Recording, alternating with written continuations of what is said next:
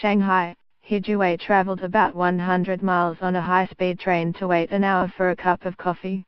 Mr. He was one of hundreds of Chinese caffeine fiends gathered to visit what essentially serves as a tribute built by Starbucks in their honor. The American company on Wednesday opened its largest store in the world in Shanghai, a 29,000 square foot sanctuary staffed by 400 employees. The giant cafe represents the big bet it has placed on a country that until only recently much preferred tea. Starbucks has opened more than 3,000 stores in the country and plans to have 5,000 in 4 years. The company said it opens a store in the country at a rate of one every 15 hours. Inside the Starbucks Reserve Roastery in the city's center, customers got a close look at how the brown stuff is made. Pipes carried raw beans to roasters, then to a 2-story tall bronze vessel decorated with hundreds of traditional Chinese seals and patterns. From there, the beans were piped to a crew of dozens of baristas. Some hand-brewed the coffee using vacuum coffee makers. Like other locations in China, the cafe also sells tea and food. The store demonstrates the faith, and the money, Starbucks is pouring into China.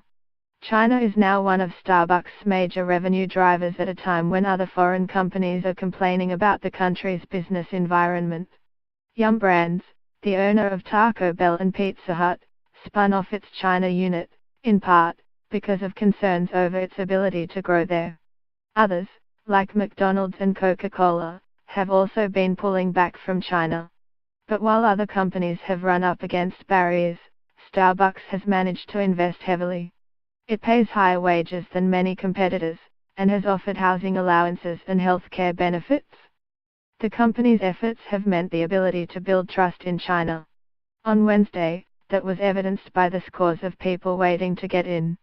The opening, held in the cavernous space in which the din of beans rattling through pipes and baristas heating coffee competed with techno music, was designed for people like Mr. He. "Sometimes I brew at home," he said, "but it feels lonely." A 22-year-old logistics worker in the city of Hangzhou, he also made the trip to add to his collection of Starbucks-themed cups. "Though many older Chinese like tea, I just like coffee, mister," he said.